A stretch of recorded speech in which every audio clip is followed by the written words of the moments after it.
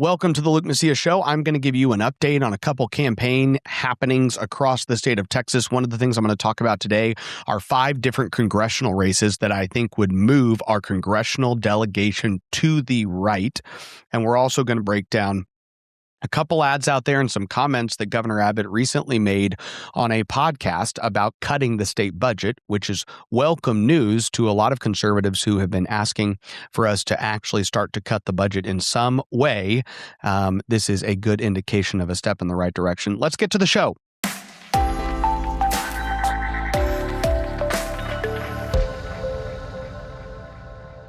Before we jump into the politics of the day, which we are, just as a reminder, mail-in ballots go out in 3 weeks. You are going to be early voting in 5 weeks, and Election Day is going to be here in less than 2 months. By the time Election Day hits, more than 60% of the vote has been cast in most districts, and it is almost never that the vote changes, meaning really almost every single election is already decided by Election Day, which is a weird feeling, but that's just how our process works here in Texas. When I started in politics, early voting and mail-in ballot would consist of, I'm going to give you a rough estimate from kind of the early days that I recall, but it was like 25 to 30% of the vote. And so it has been a steady increase every single year. It might have been less. I don't really remember the exact number. I just remember every year being like, more people voted early, more people voted early. At some point, it's going to get to half, and now it surpassed half. And so I will do a reminder episode for all of you as we get closer on how to vote more than once legally. I give this talk all across the state, and I will do a reminder for y'all on that. But before we get to the politics of the day, I do want to talk about a brief comment that was made by Governor Greg Abbott on a podcast with Brad Johnson with the Texas Bullpen. And let's just go to this short clip where he's talking. And before we go to the clip, I will just say, much of what they talked about was property taxes. So if you heard my conversation with Governor Abbott, he broke down a lot of his plan and all of that. But there was a comment that he made to Brad that we did not talk about during the conversation that I had with him. So I thought it was worth bringing attention to y'all. Let's go to the clip. And then the big one that will cut your property taxes alone by more than half is because for the homestead, most of the property tax bill is school district property taxes. No longer impose that tax on homestead owners. Instead, the state of Texas will pay the school districts for the revenue that they otherwise would have been getting from property taxes. We have the money in the state of Texas to be able to do that, and I will ensure that we have cuts in the state of Texas budget to ensure the enduring ability to make sure that the state is going to fully fund education without the property owners having to bear that burden. As Governor Abbott has articulated, eliminating personal homesteaded M&O property taxes cost the state $11 billion. That's the cost. And the truth is, we have increased our spending massively over the last decade in Texas. One thing we have that will contribute significantly and could cover the entirety of the cost is surplus revenue, which means, hey, we have another budget surplus. Our economy's growing. We have brought in 10 or $15 billion more than we thought we were going to bring in. And so this is extra money, over collection of taxes. We can just apply that to the homestead elimination, and then it's funded. And then the question is, how are you going to keep funding it? Now, remember this. A budget surplus is based on the current existing economic activity. So as long as that activity maintains itself, you're not having to find a way to fill that hole. It's like, no. The money we collected was from sales taxes. The money we collected was from this economic activity that's being generated. That's still going to happen. In fact, we have more people moving here every year. More of it should be generated. Our revenue should keep growing. So let's take $11 billion and shove it there into this homestead elimination of M&O and make it happen. But one of the things Governor Abbott said here for the first time that is worth repeating is that we have areas in our budget to cut. We have areas in our budget to cut. And I will tell you, if the speaker, the lieutenant governor, and the governor went into a session and, attitude reflects leadership. I've used this quote before. Y'all remember the Titans. This was like a big movie for me in high school. But the team captain is getting on one of the players for not acting right. And he says, "You have the worst attitude I've ever seen." And he said, "Attitude reflects leadership, Captain." And the statement that he's saying is, "Hey, Captain, you don't have a good attitude, so you shape up and maybe we'll start shaping up." And then what happens the next day is that player starts getting on the whole team to be better and act better. And then they start working together as a team. The legislature works this way. Attitude reflects leadership. If none of the big three are talking about cutting the budget in any way, then none of the budget appropriators are even working on that. Instead, when everyone comes to their desks, the subcommittee chairs and all these people, "Hey, we want a little bit more money." The answer is, "Well, how much more?" "Well, we'll try to work that out," because no one has told them, "Hey, we're cutting the budget." So appropriators aren't taking that approach. It is going to be a great fiscal session if leadership begins to communicate, we need to cut our budget. And I'm hopeful that we're seeing this trend start. We should keep talking about this. Every single state rep you talk to, senator, you should say, why have we not cut the budget? Why are we not looking at budget cuts next session? We could do more property tax relief than $11 billion if we worked on budget cuts. I digress. I posted on X a video that was posted by Texans for Lawsuit Reform's challenger to Andy Hopper. Now, over the last couple of weeks, Texans for Lawsuit Reform has expanded the conservative representatives that they are trying to replace with more moderate Republicans. They are challenging Mark LaHood in my backyard, right? I don't know, 3 minutes from my house is that district, with a person who wants to restore that district to the historic conservative representation of Steve Allison and Joe Strauss. That's weird. And they have also now endorsed a gentleman against Mark DeRazio. And Mark DeRazio is my state representative here in San Antonio, very conservative Republican, top conservative Republican, replaced Lyle Larson, who is one of the most liberal Republicans, has done a great job the last couple sessions. And Texans for Lawsuit Reform, who actually supported a Hillary Clinton donor over Mark DeRazio. Elisa Chan. She was a massive Democrat donor. They supported her over Mark DeRazio. Are now saying, yeah, we need to now replace Mark DeRazio with a more moderate Republican. And more information will come out about that race in the coming weeks. And then also they have announced that they are going to be challenging Andy Hopper and trying to take him out of office with a more moderate Lisa McIntyre. So let's look at quickly this video that TLR's candidate posted on her social media. Let's go to this clip. Here we are. This is video one of the sign nabbers. Look at Sign Boy, what he's having to do. He's trying to retrieve a campaign sign that was lifted at 6:30 this morning and thrown into the river. Imagine that. But this is what we deal with. Yeah, this is the second time it was replaced. But hey, you know what? My husband is a hunter, and they're, game cameras. Might want to watch your back. Ooh. I honestly just posted that with no commentary. I said, breaking, lawsuit reforms candidate Lisa McIntyre posts a strange video on Facebook. And that's all I said. And I got like 20,000 views on X within a couple days. And I think because it just kind of surprised people. The quality of candidate that TLR and others have decided. Sands Casino is likely to spend $1 million in that race, and TLR is going to spend probably a ton of money as well, trying to take out Andy Hopper.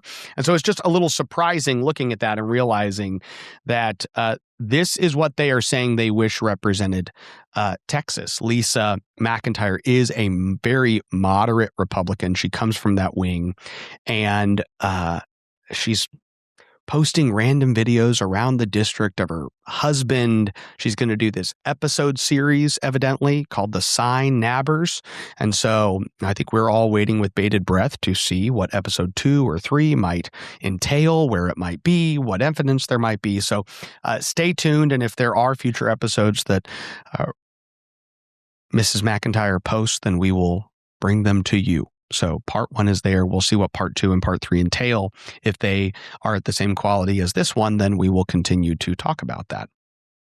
There have been a couple advertisements that have come out. I talked about who Kyle Morris was. Texans United for a Conservative Majority, which is one of the PACs that is out there defending a lot of these conservative incumbents, just released an ad against Kyle Morris. Let's go to that ad. Kyle Morris wants you to think that he's a principled conservative, but his history of Trump derangement syndrome and far-left rhetoric speaks for itself. In the build-up to the 2020 election, Kyle Morris went out of his way to repeatedly attack President Trump, paving the way for a Biden-Harris victory. He even said that Barack Obama was more presidential than President Trump. Texas needs someone who will work to pass a bold MAGA agenda, not an anti-Trump rhino. Support conservative values. Support the MAGA agenda. Support David Lowe. And that same PAC also released an ad against for Carissa Richardson and against Frederick Frazier, who is a very liberal Republican incumbent who is being backed by Sands Casinos to try to take out Carissa Richardson. Everybody has heard that Sands is supporting him. We will see how much money they give him. Campaign finance records are going to come out tomorrow, and so we'll be able to comment on that next week if there's anything remarkable from that. But this is an ad they released on the Frederick Frazier-Carissa Richardson race. You deserve to know the truth about Frederick Frazier, a disgraced former state representative and dishonorably discharged police officer. Failure Frazier is hoping that you forgot all the reasons you voted him out of office in the first place, including his liberal record that led voters to reject him at the polls. Now he's running against Carissa Richardson, a proven conservative who cleaned up his mess in Austin. Donald Trump, Governor Greg Abbott, and conservatives across Collin County agree. Keep Carissa Richardson. Forget Failure Frazier. As you can see, Sands and TLR, when I tell you there are forces that are starting to try to move Texas back to the middle, these are the type of people we're talking about, right? And Texans for Lawsuit Reform has not endorsed in the David Lowe Kyle Morris race. It's actually kind of fascinating that Kyle Morris, they're looking at Kyle Morris going, he might be better than David Lowe. Really? The guy who thinks Barack Obama should be president? They haven't endorsed in that race. They did endorse Carissa Richardson for re-election. So that is a race where the conservative grassroots is actually with Texans for Lawsuit Reform, and then Sands Casinos is assumed to be on the other side. If Sands Casinos does not spend big for Frederick Frazier, then he has absolutely no shot at that seat. So that is just something that people are following, and those are races that are important. A lot of those are in North Texas: Andy Hopper, Carissa Richardson, David Lowe, Kyle Morris. But then you have these San Antonio races that are really relevant. Mark DeRazio, my state representative, Mark LaHood, 5 minutes away. So San Antonio has also ended up becoming a hotbed where these races really are going to determine the direction that our state heads. Hey folks, Chris Salcedo here. I've got something special for you, the Salcedo Storm podcast.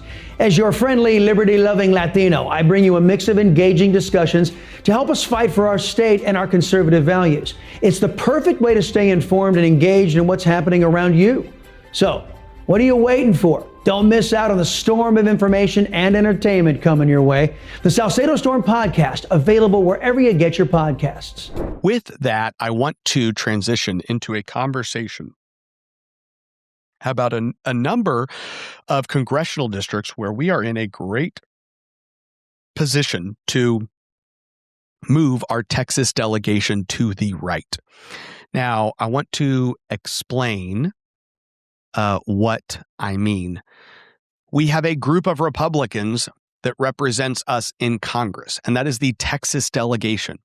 And that has an outsized influence because they're all from this state, and some states are only bringing a couple Republican congressmen or no Republican congressmen. And so our congressional delegation will have an influence on where the caucus goes as a whole And over time, we have seen upgrades across the board. When I started getting involved in Texas politics, we had very few committed conservative fighters from Texas in the Capitol actively fighting. You would watch the national debates, and the hard-charging, fighting congressmen, conservative fighters, were all from other states. And that has begun to shift as we have gotten different people like Keith Self, Michael Cloud, Chip Roy, Troy Nels, Ronnie Jackson, just to name a few. These individuals who go and are fighting and advancing. Even somebody like Jody Arrington out of Lubbock fought to advance some conservative policies strongly and has retired. Now, I'm not going to go through every single congressional race happening in the state of Texas, but some of these individuals are hard-charging fighters that are pushing the Overton window, and some are working within the system a little bit more, but on the more conservative side. And then we have some that are really, really moderate, that are really squishy. And then if a group is selling out, they're kind of going to be in the early round of sellouts in the Republican caucus. We have people like Brandon Gill. That is an area where we take these things for granted, but understand that Dr. Burgess, who was the congressman there in Denton County, wasn't some lib, but he was also definitely not a conservative fighter by any stretch of the imagination. He's replaced by Brandon Gill, who has gone to D.C. and fought incredibly hard and organized behind the grassroots and been a national voice on issues that matter and pushed the Overton window on policy discussions. So, as we are looking at the current map, where are the races that matter? And I want to focus on a couple of them with y'all. One is going to be John Bonk, B-O-N-C-K, in Harris County. He is running to replace Wesley Hunt. And Wesley Hunt, y'all know, is running for U.S. Senate. And so I believe from the conversations I've had with John Bonk and from the conversations that a lot of my friends have had and I have had with people in Harris County that know him, that John Bonk is a great opportunity for conservatives to upgrade a seat. Wesley Hunt is not, in my opinion, I don't think anybody would call him a moderate sellout, but I do think that that district could have even better, more conservative representation. And it looks like to me that John Bonk would do that. So if you're in Harris County, you just need to recognize that there's an opportunity there to notch a pretty big, important win for conservatives and move a seat to the right. The Texas delegation, if they all get together a year from now, and it's a much more conservative room, they're going to be making better decisions. Troy Nels is a good example. Troy's leaving, but his twin brother Trevor is running, and Trevor is a fantastic conservative voice. Now, Trevor has dominated that district. President Trump has come in for him. He's going to win, so that's going to be a great pickup. But we're going to trade it out. Let's just say Trevor for Troy is a trade. It's an even trade. And so he might be an inch or two taller, but I don't know. The point is, Trevor, Troy, even trade. John Bonk, actual room for improve it. Jessica Hart Steinman is running in Congressional District 8, and that is part of Walker County, where Huntsville is, most of Montgomery County, except for the portions that Steve Toth and Dan Crenshaw are in, some of Harris County, and Waller County. Jessica Hart Steinman has a history of working in the conservative movement with America First Policy Institute and is a grassroots conservative at the local level. She is somebody who actually knows her precinct chairman. She knows the members of the Montgomery County Tea Party. She knows the people on the ground who are fighting, and she has been with them. And so that is a great opportunity to go from Congressman Luttrell to Jessica Hart Steinman. Now, I think Congressman Luttrell is also supporting her, and Luttrell was actually more conservative than I thought he was going to be. If I'm going to be completely honest, I thought that Congressman Luttrell was not going to be that great of a conservative, and he was a little more consistently right on Republican policies than I expected. So that was a pleasant surprise. But I do believe that Jessica Hart Steinman is undoubtedly a move to the right from Morgan Luttrell. So that is another opportunity in the Houston area. Now, we'll talk about Steve Toth. I just have to mention this. These five I'm talking about are open seats, but Steve Toth is challenging Dan Crenshaw, and I know conservatives have all rallied around his campaign to replace Dan President Trump has yet to endorse Dan Crenshaw for re-election, which everyone is kind of watching and seeing that he has kind of taken a step back. Dan Crenshaw has been very set on attacking as many conservatives as possible. And I don't know why, but that is what it is. I'm going to stay focused on open seats here. So the open seats I was talking about was Wesley Hunt's leaving, John Bonk is running to replace him. You also have Morgan Luttrell leaving and Jessica Hartstein running to replace him. You have Michael McCaul leaving, Congressman McCaul. Congressman McCaul, in my opinion, is probably he's definitely one of the 2 or 3 most liberal Republican congressmen in Texas. Undoubtedly. He's so bad. And he is leaving and being replaced, likely, by a gentleman named Chris Gober. I think I met Chris when I was 22, 23, 24. He is one of the most respected elections attorneys in the state of Texas. Honestly, nationally speaking, he's one of the most respected elections attorneys, a very smart guy, a conservative Republican. He has always been on the conservative side of GOP politics in general and has received the strong endorsement of President Donald Trump as well, which positions him very well in a crowded field.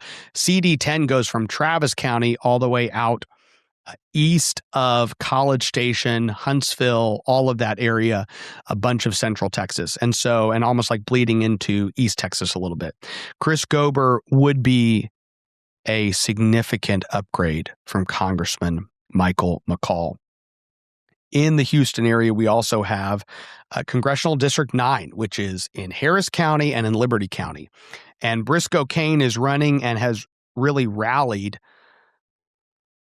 a near unanimous support from the conservative movement. Policy organizations, precinct chairmen, local organizations, grassroots activists in Liberty County and Harris County. Briscoe has always voted as one of the more conservative legislators.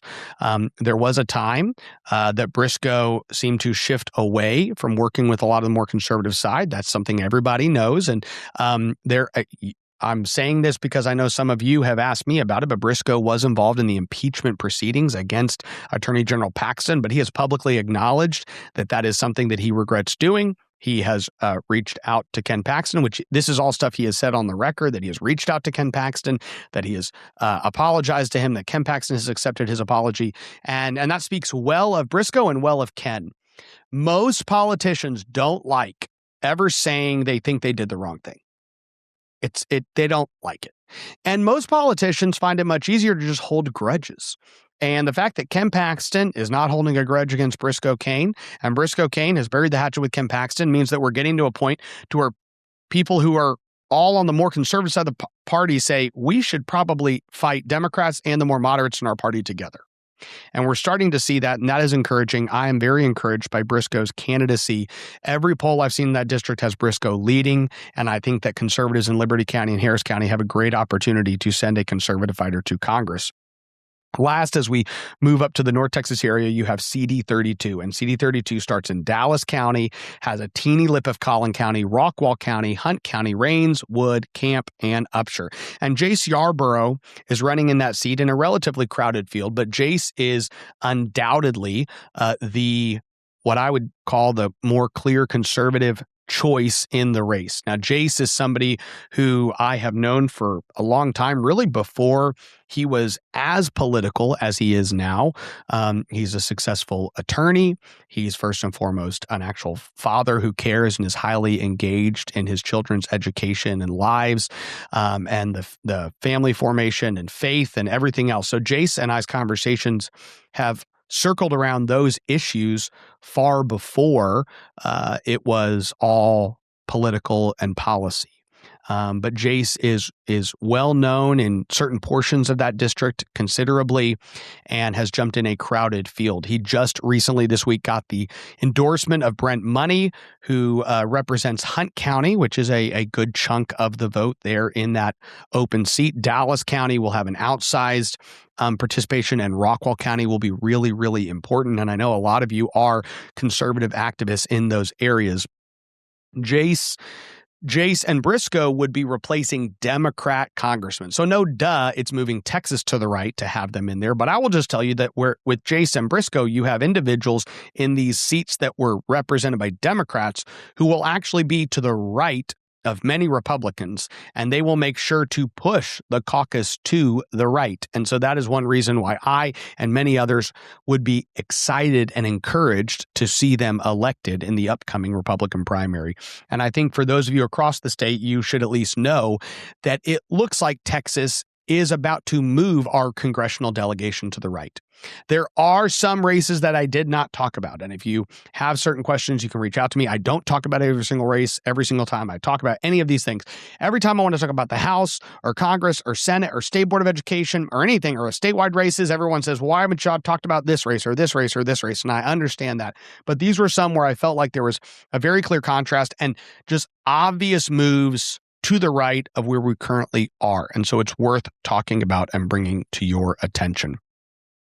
At the end of the day, there's a lot of things going on, and I hope that we've at least covered a little bit of ground to give you a little window into some of the conflicts happening. And as TLR has increased their engagement against conservatives in the state of Texas over the last couple of weeks, it has just reminded everyone that it's really important to fight to keep your conservative representation if you do fight to get it. It takes a lot to get a conservative elected to the Texas House of Representatives, and it's important that we make sure that all of these guys come back. With that, may God bless you, and may God bless the great state of Texas.